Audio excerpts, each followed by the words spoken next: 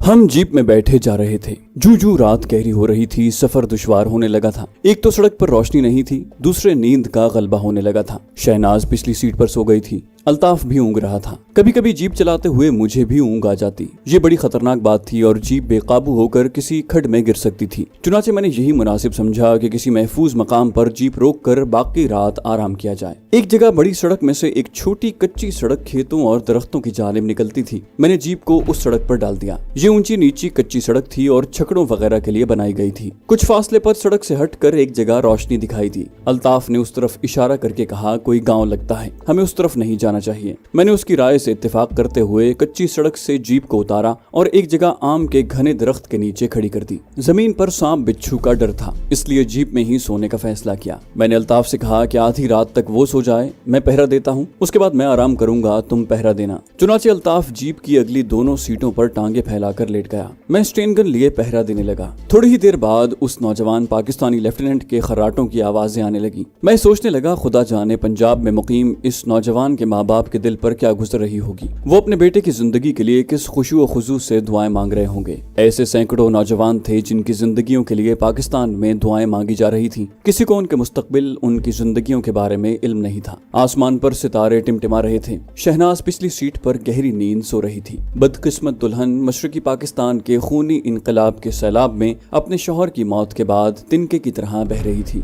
मैं सोचने लगा कि इसकी वजह से हम भी मुश्किल में फंस सकते हैं। अगरचे वो मर्दाना लिबास में थी, मगर ये नाकाबिले एतबार हुलिया था। वो पहचानी जा सकती थी, हम उसे अपने से अलग भी नहीं कर सकते थे। मैं उसे अपने साथ ही बर्मा की सरहद पार करवाना चाहता था। मैं उस तरफ देखने लगा जिधर रोशनी हो रही थी। ये किसी लालटेन की रोशनी थी। अंधेरे में मुझे 2-3 झोंपड़ियों के धब्बे से नजर आ रहे थे। ये कोई गांव नहीं था, 2-3 झोंपड़ियां थी जहां बंगाली किसान रहते थे। मुझे नींद आ रही थी, मगर मैं ड्यूटी पर था। मैंने घड़ी देखी, रात के 12:15 बज रहे थे। हम चारों तरफ से दुश्मन के घेरे में थे। पाक फौज हथियार डाल चुकी थी। जाहिर है वो भारतीय फौजियों की कैद में थी। मुक्ति बाहिनी ने इंडियन फौज के साथ मिलकर हर तरफ कत्ल गारतगरी का बाजार गर्म कर रखा था। हम इंडियन वर्दियों में जरूर थे, मगर हमारा भांडा किसी भी वक्त फूट सकता था। आसपास झाड़ियों में झींगर बोल रहे थे। नींद पर गलबा पाने के लिए मैं चल फिर कर पहरा देने लगा। रात अगरचे खुनक थी, मगर हब्स हो गया था। मेरा दिल नहीं चाहता था कि अल्ताफ को गहरी नींद से जगाऊं, मगर मेरा आराम करना भी जरूरी था। मैंने 2 बजे उसे जगा दिया। वो हड़बड़ा कर उठ बैठा। उसके मुंह से निकल गया, अम्मा जी। वो ख्वाब में शायद अपनी माँ से बातें कर रहा था। मुझे सामने देखकर उसने कलमा शरीफ पढ़कर मुंह पर दोनों हाथ फेरे और बोला, ख्वाब में अम्मा जी मेरे सर पर प्यार कर रही थी। मेरी आंखों में आंसू आ गए, मगर मैं इन आंसुओं को पी गया। अल्ताफ अकबर मेरी जगह पहरा देने लगा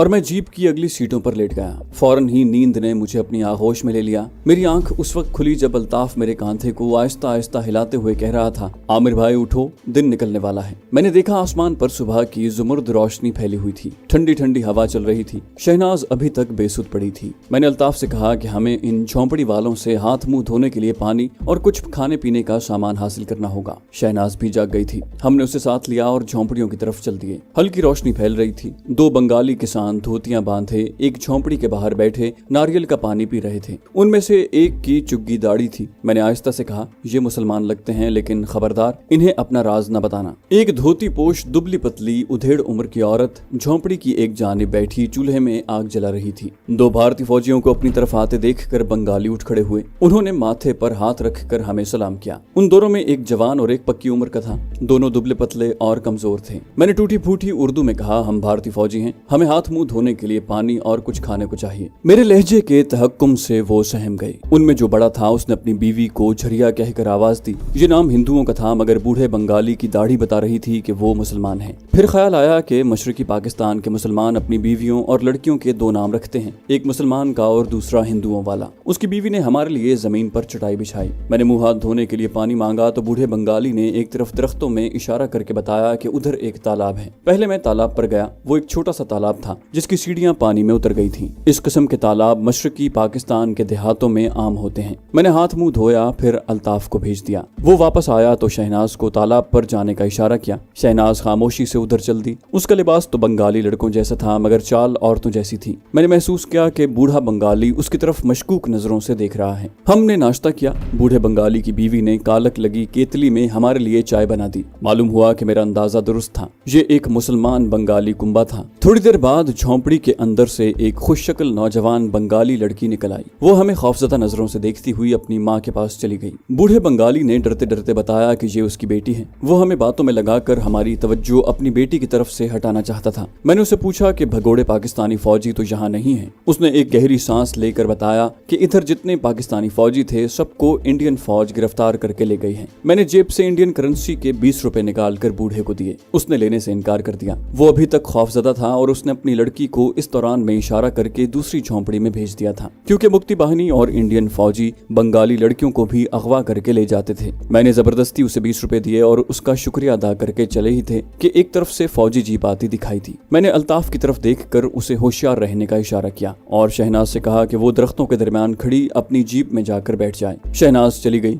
जीप हमारे करीब आकर रुक गई। ये किसी बंगला रेजिमेंट की जीप थी और उसमें 4 मुक्ति बाहिनी के गुंडे सवार थे। उन्होंने राइफलें थाम रखी थी। उनमें से एक जीप में ही बैठा रहा, दूसरा जीप से उतरकर खड़ा हो गया। 2 मुक्ति बाहिनी वाले हमारी तरफ बढ़े। वो मुस्कुरा रहे थे। उनकी वर्दियां मुक्ति बाहिनी की थीं और आंखों से वहशत और दरिंदगी टपक रही थी। उन्होंने हमें सलूट किया और टूटी फूटी उर्दू में कहा कि वो लोग यहाँ मुर्गियां और अंडे लेने आए हैं। मैंने वहां ठहरना मुनासिब न समझा और अल्ताफ को साथ लेकर वापस अपनी जीप की तरफ चल दिया। हमारे लिए उन लोगों से दूर रहना ही बेहतर था। दरख्तों के झुंड में हमारी जीप खड़ी थी। मैं जीप स्टार्ट करने ही वाला था कि किसी लड़की की चीख सुनाई दी। हमने दरख्तों के दरमियान से देखा 2 मुक्ति बाहिनी वाले झोंपड़ी में से उसी जवान लड़की को घसीटकर अपनी जीप की तरफ ले जा रहे थे। दिन की रोशनी चारों तरफ फैल चुकी थी। बंगाली बूढ़ा और उसका बेटा हाथ जोड़कर रहम की भीख मांग रहे थे। लड़की की माँ अपनी छाती पीट रही थी। मैं स्टेन गन लिए उछलकर जीप से उतरा और अल्ताफ से कहा, मुझे कवर देना। 2-4 छलांगों में दरख्तों के झुंड से निकलकर झोंपड़ी से चंद कदमों के फासले पर मैंने खुद को जमीन पर गिरा दिया और एक हवाई ब्रस्ट मारकर चिल्लाया, इस लड़की को छोड़ दो। मुक्ति बाहिनी वाले रुक गए। जो जीप के पास खड़े थे उन्होंने फौरन पोजीशन संभाल ली। उनका लीडर अंग्रेजी जबान में चिल्लाया, तुम इंडियन सोल्जर्स की हमने मदद की है। हम न होते तो तुम लोग पाकिस्तानियों से हथियार नहीं डलवा सकते थे। अब हमें लूट मार क्यों नहीं करने देते? तुम भी तो लूट मार कर रहे हो। मैंने भी अंग्रेजी में जवाब दिया, सुअर की औलाद, इस लड़की को छोड़कर यहाँ से चले जाओ नहीं तो मैं फायर खोल दूंगा। उन्होंने लड़की को छोड़ने से इनकार कर दिया और मेरा चैलेंज की परवाह किए बगैर उसे अपनी जीप की तरफ घसीटने लगे। जो आदमी जीप के पास पोजीशन संभाले हुए थे उन्होंने मुझ पर फायरिंग शुरू कर दी और इससे पहले कि मैं फायर करता पीछे अल्ताफ अकबर तड़ातड़ गोलियां बरसाने लगा। वो खालिस फौजी था और उसका निशाना कभी खता नहीं जा सकता था। उसकी स्टेन गन के पहले ब्रस्ट ने ही उन दोनों को भून डाला जो जीप के पास पोजीशन संभाले हुए थे। दूसरे दोनों लड़की को छोड़कर जमीन पर लेट गए। अब दोनों तरफ से फायरिंग होने लगी थी। लड़की भागकर झोंपड़ी में छुप गई। गोलियां तड़ातड़ करती मेरे ऊपर से गुजर रही थी। मैं कोहनियों के बल रेंगते हुए बाएं जानिब एक दरख्त की ओट में आ गया। अकब से मेरा साथी बराबर फायर कर रहा था। उसे ये फायदा हासिल था कि वो निशाने की जद पर नहीं था। उसने दरख्त की एक शाख पर चढ़कर नीचे जमीन पर गोलियां बरसाईं तो उस जगह से मिट्टी उड़ी जहां दोनों मुक्ति बाहिनी वाले लेटे हुए थे। उन्हें हालात की संगीनी का एहसास हुआ तो वो रेंगते हुए अपनी जीप की तरफ बढ़ने लगे। अल्ताफ अकबर की गोलियां उनके इर्द गिर्द बरस रही थी। जो ही एक मुक्ति बाहिनी वाला उठकर जीप की ओट लेने के लिए दौड़ा, गोलियां उसकी कमर में घुस गईं। वो चीख मार कर गिर गया। मैंने दूसरे पर ब्रस्ट मारा। चंद सेकंड बाद उसकी लाश भी जमीन पर तड़प रही थी। मैं दौड़कर लाशों के पास गया। अल्ताफ भी मेरे पास आ गया। बंगाली बूढ़ा अपने बेटे के साथ झोंपड़ी से निकल आया। वो हाथ जोड़े हमारा शुक्रिया अदा कर रहा था, लेकिन उसके लहजे में अब भी रहम की दरखास्त थी। उसे अब भी खतरा था कि हम यानी भारतीय फौजी कहीं उसकी लड़की को न ले जाएं। मैंने कुछ बंगला और कुछ उर्दू में बूढ़े से कहा कि वो फिक्र न करे, हम दोनों मुसलमान इंडियन फौजी हैं। इस पर बूढ़े बंगाली की आंखों से टप टप आंसू गिरने लगे और वो मेरे पांव पकड़कर ज़ारो कतार रोने लगा। वो बार बार इस्लाम और मुसलमानों पर टूटने वाले जुल्म का तज़किरा कर रहा था। उसने अपनी बीवी और बेटी को आवाज दी और जोर जोर से कलमा शरीफ पढ़ने लगा। उसकी आंखों से आंसू बह रहे थे। हमने इससे ज्यादा उसे कुछ न बताया कि हम इंडियन फौजी हैं मगर मुसलमान हैं। उस बेचारे को भला क्या मालूम था कि जो भारतीय डिवीजन मशरकी पाकिस्तान पर हमलावर हुए थे उनमें एक भी मुसलमान नहीं था। उस वक्त जरूरी बात यह थी कि लाशों और जीप को वहां से हटाया जाए। हमने चारों लाशों को उठाकर उनकी जीप में पिछली सीट पर डाल दिया, ऊपर घास फूस डालकर उन्हें छुपा दिया, फिर जमीन पर गिरे हुए खून के धब्बों को भी मिटा दिया। जिस जीप में मुक्ति बाहिनी की लाशें पड़ी थीं, उसे मैं ड्राइव कर रहा था। मेरे पीछे पीछे अल्ताफ अकबर शहनाज को लिए जीप में चला रहा था। बड़ी सड़क पर आने की बजाय मैं जीप को दरख्तों में से निकाल कर एक ऊंची जगह पर ले गया जहां नीचे गहरी खाई थी। जीप को लाशों समेत खाई में लुढ़काने से पहले मेरे दिल में ख्याल आया कि जीप की तलाशी लेनी चाहिए। हो सकता है कोई ऐसी शय हाथ आ जाए जो फरार में हमारी मदद कर सके। अल्ताफ अकबर अपनी जीप पीछे रोककर मेरे पास आया। जीप के डैशबोर्ड में ताला लगा हुआ था। हमने पत्थर मारकर ताला बल्कि डैशबोर्ड ही तोड़ दिया। अंदर कुछ कागजात और मशरूब का फ्लास्क पड़ा हुआ था। इस फ्लास्क के पीछे एक काली जिल्द वाली पॉकेट बुक रखी थी। ये पॉकेट बुक ऐसी थी कि उसको भी ताला लगा हुआ था। मैंने पॉकेट बुक जेब में रख ली और जीप को लाशों समेत खड्ड में लुढ़का दिया। खड्ड में गिरते ही एक धमाका हुआ और जीप शोलों की लपेट में आकर जलने लगी।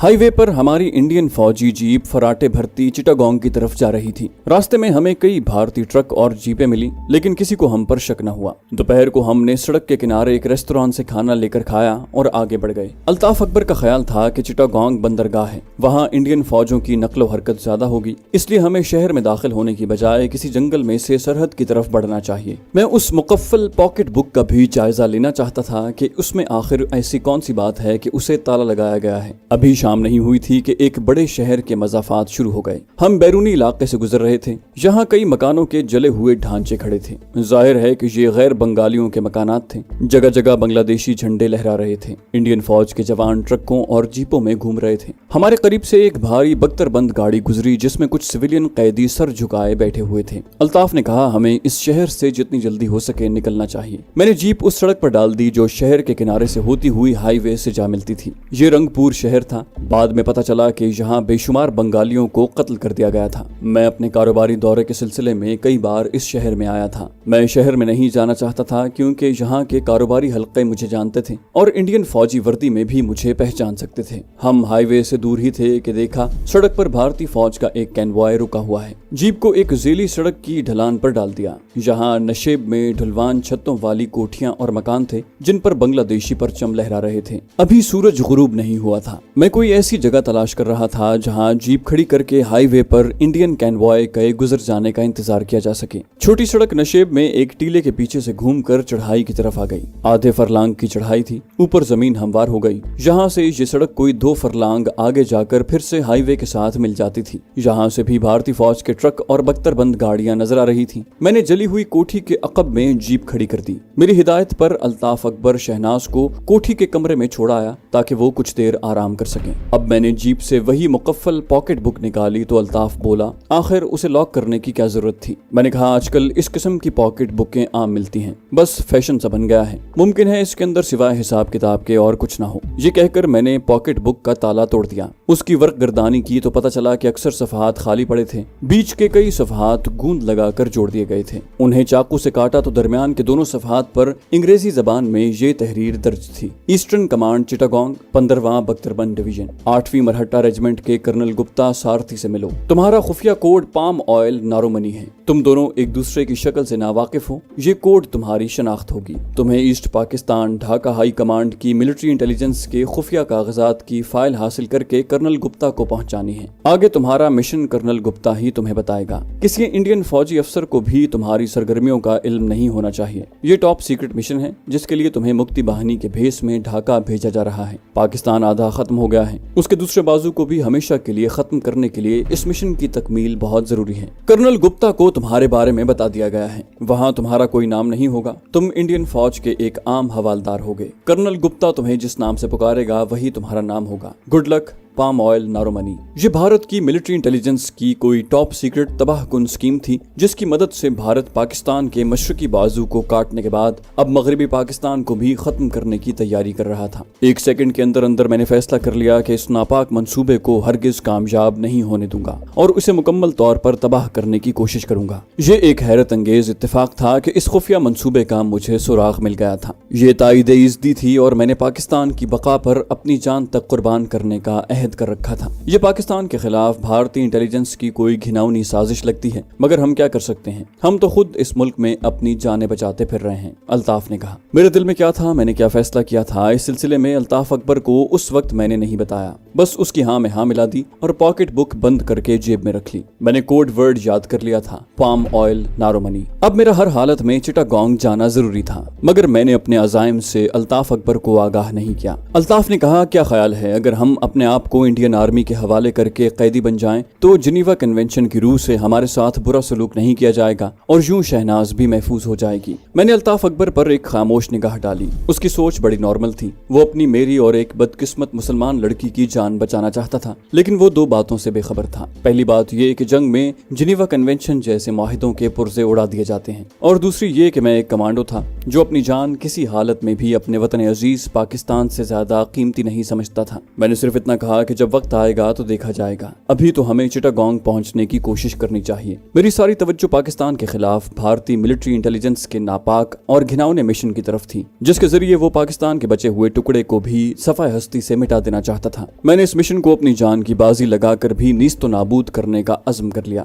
मैं ये जानने के लिए बेताब था कि वो खुफिया मिशन क्या है। इसके लिए जरूरी था कि चिटागोंग पहुंचकर 15वीं डिवीजन की 8वीं मरहट्टा रेजिमेंट के कर्नल गुप्ता सारथी से मुलाकात की जाए। मुक्ति बाहिनी वाला तो जहन्नम वासिल हो चुका था। अब उसकी जगह मैं कोड की मदद से कर्नल गुप्ता से मुलाकात करके इस घिनौने मिशन की तफसील मालूम करना चाहता था। ये खुशकिस्मती थी कि भारतीय इंटेलिजेंस के उस आदमी का रैंक भी हवालदार बताया गया था और मैं भी इंडियन फौज के एक हवालदार की वर्दी में ही था। कुदरत पाकिस्तान को दुश्मनों के नापाक मंसूबों से बचाने के लिए मेरी मदद कर रही थी। मैंने देखा कि दरख्तों के अकब में दूर चिटागोंग ढाका हाईवे साफ हो गई थी। फौज का कैनवॉय गुजर गया था। मैंने अल्ताफ अकबर से कहा कि वो शहनाज को ले आए, हमें अब यहाँ से निकल जाना चाहिए। शहनाज ने गुस्ल कर लिया था और वो कुछ ताज़ा दम लग रही थी। हम अनानास के बाग में से होते हुए बड़ी सड़क पर आ गए। यहाँ सड़क के किनारे ऐसे फौजी मोर्चे देखे जो कुचले हुए थे, लगता था उनके ऊपर से टैंक गुजरे हैं। एक जगह 2 लाशें भी देखी जो झाड़ियों के पास औंधी पड़ी थी। इंडियन कैनवॉय हमसे काफी आगे था। मैंने मसलहतन जीप की रफ्तार कम ही रखी थी। मशरकी पाकिस्तान में अभी बदनज़मी और अफरा तफरी का आलम था। अगरचे पाक फौज ने हथियार डाल दिए थे, लेकिन जनूबी और मशरकी महाजों पर पाक फौज के गयूर जवान अभी तक जंग जारी रखे हुए थे। चुनाचे इस किस्म की फजा में इक्का दुक्का फौजी गाड़ियों की चेकिंग के लिए खुसूसी पोस्ट कहीं भी नहीं थी और हम इस सूरत हाल का पूरा फायदा उठाते हुए मुसलसल आगे बढ़ रहे थे। किसी बड़े शहर में दाखिल होते वक्त मामूली सी चेकिंग का सामना करना पड़ता जो 2-4 लफ्जों और सैल्यूट तक ही महदूद रहती। ढाका से बाहर हालात बहुत मुख्तलिफ थे और जहाँ ज्यादातर बंगाली रेजिमेंटें मसरूफिकार थीं, भारतीय फौजियों का इज्तिमा ढाका और चिटागोंग में ज्यादा था। दोपहर को हमने एक कस्बे के बाहर जीप खड़ी करके खाना खाया और दोबारा सफर शुरू कर दिया। शायद थकावट, परेशानी और रत जगह के बायस शहनाज को बुखार हो गया था। एक बंगाली दुकानदार से हमने स्प्रो खरीद कर शहनाज को चाय के साथ 2 गोलियां खिलाई। मेरा जहन अब सिर्फ भारतीय फौज के पाकिस्तान दुश्मन खुफिया मंसूबे के खिलाफ काम कर रहा था और मेरी ख्वाहिश थी कि शहनाज और अल्ताफ अकबर को किसी महफूज मकाम पर पहुंचाकर खुद अपना कमांडो मिशन शुरू करूं। दूसरा दिन और दूसरी रात सफर करके आखिर हम चिटागोंग पहुंच गए। शहनाज का बुखार और तेज हो गया था और वो पिछली सीट पर पड़ी थी। अल्ताफ ने कहा कि उसे किसी डॉक्टर को दिखाना चाहिए। डॉक्टर को दिखाने का मतलब था कि हमारा राज फाश हो जाता। कम से कम डॉक्टर को ये जरूर मालूम हो जाता कि वो लड़का नहीं बल्कि लड़की है। अगर हम किसी बंगाली मुसलमान डॉक्टर की तरफ रुजू करते तब भी इन हालात में उस पर भरोसा नहीं किया जा सकता था। शहनाज का जिस्म वाकई बुखार में फुनक रहा था। चिटागोंग शहर की हालत भी ढाका से बहुत बेहतर नहीं थी। जगह जगह गैर बंगालियों की दुकानें और मकान टूटे पड़े थे। बाजारों में बंगाली जुलूस निकाले नारे लगाते फिरते थे। यहाँ इंडियन फौज भी काफी तादाद में थी और बंगाली रेजिमेंट के जवान भी मुक्ति बाहिनी ग्रुप के साथ मिलकर गैर बंगालियों के बचे कुचे मकानों को लूट रहे थे। चिटागोंग में रहने वाले तकरीबन सभी गैर बंगालियों को कत्ल कर दिया गया था। कुछ लोग फरार हो चुके थे। किसी गैर बंगाली मुसलमान डॉक्टर के मिलने का सवाल ही पैदा नहीं होता था। शहनाज की हालत बिगड़ती जा रही थी। उसने बुखार में शिद्दत के बायस बड़बड़ाना शुरू कर दिया था। वो बार बार अपने शहीद खामद को पुकारती थी। ये बात हमारे लिए बेहद खतरनाक साबित हो सकती थी। मैं जीप को शहर के गुंजान इलाके से निकालकर अहमद बाजार में से होता हुआ मजाफात की तरफ ले गया ताकि मुक्ति बाहिनी और इंडियन फौजियों की नजरों से दूर रहा जा सके। रास्ते में मेरी नजर इंडियन फौज की एक एम्बुलेंस पर पड़ी जो अहमद बाजार के कोने पर एक इमारत के सामने खड़ी थी। मैंने शहनाज को एक दरख्त के नीचे अल्ताफ अकबर के पास छोड़ा और खुद जीप लेकर एम्बुलेंस की तरफ चला गया। ये भारत की मेडिकल कोर की एम्बुलेंस थी और वहाँ एक गोदाम से 3-4 भारतीय फौजी दवाइयों के बक्स निकालकर गाड़ी में भर रहे थे। मैं जीप खड़ी करके उनके पास गया तो सिपाहियों ने मुझे सलूट किया। मैंने सलूट का जवाब देते हुए कहा, जवानों, तुम्हारे पास कोई बुखार शुखार की दवा है तो दे दो, हमारा एक घराई बीमार हो गया है। उन फौजियों में एक हवालदार भी था। उसने उसने मुस्कुराकर कहा, सर हमारे पास तो पेटेंट दवाएं हैं, आप यूनिट डिस्पेंसरी क्यों नहीं चले जाते, वहाँ डॉक्टर रमेश मौजूद हैं। मैंने कहा इसकी क्या जरूरत है, मामूली बुखार है, कोई पेटेंट दवाई सप्लाई कर दो। ये चूंकि मेडिकल कोर के आदमी थे इसलिए उन्हें बुखार, नज़ला और जुकाम वगैरह की दवाइयों का बखूबी इल्म था। उन्होंने मुझे एक छोटी सी डिबिया दी जिसमें कुछ कैप्सूल थे। सर अभी एक कैप्सूल अपने गिराई को दे दें, भगवान की दया से बुखार फौरन उतर जाएगा। मैंने जीप में बैठते हुए पूछा, ओए जवान, इधर 8वीं मरहट्टा रेजिमेंट का हेडक्वार्टर किधर है? भारतीय सिपाहियों ने कदरे हैरानी से मेरी तरफ देखा। हवालदार बोला, सर हम सब 8वीं मरहट्टा रेजिमेंट के जवान हैं। आपको मालूम नहीं सर कि यहाँ सिर्फ 8वीं मरहट्टा रेजिमेंट ही डिप्लॉय है। आपकी रेजिमेंट कौन सी है? मैंने अपनी घबराहट पर काबू पाते हुए कहा, ठीक है जवान, हम तुम्हारा चेकिंग कर रहा था। तुमको मालूम है इधर दुश्मन लोग भी हमारी वर्दी में फिरता है। ओके जवान, अपना काम करो। मैं जीप स्टार्ट करके तेज रफ्तारी से आगे निकल गया।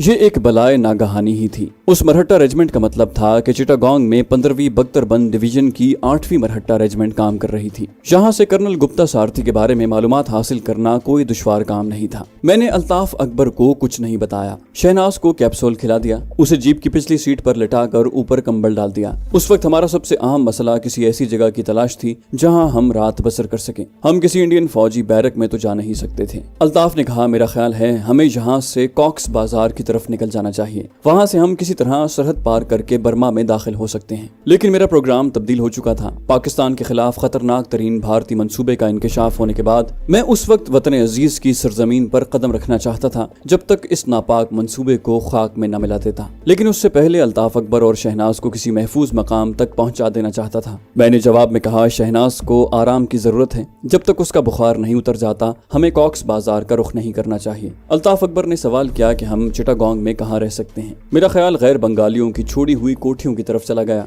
चिटागोंग के मज़ाफ़ात में एक टीले पर बरेली के खान मुमताज हुसैन खान की एक कोठी हुआ करती थी। अपने कारोबार के सिलसिले में मैं चिटागोंग जाता तो उनकी कोठी पर जरूर जाया करता था। खान साहब का चिटागोंग में कागज का कारोबार था और वो अपने कुंबे के साथ बड़ी खुशहाली की जिंदगी बसर कर रहे थे। मैंने अल्ताफ को जीप में बिठाया और उस कोठी की तरफ चल दिया।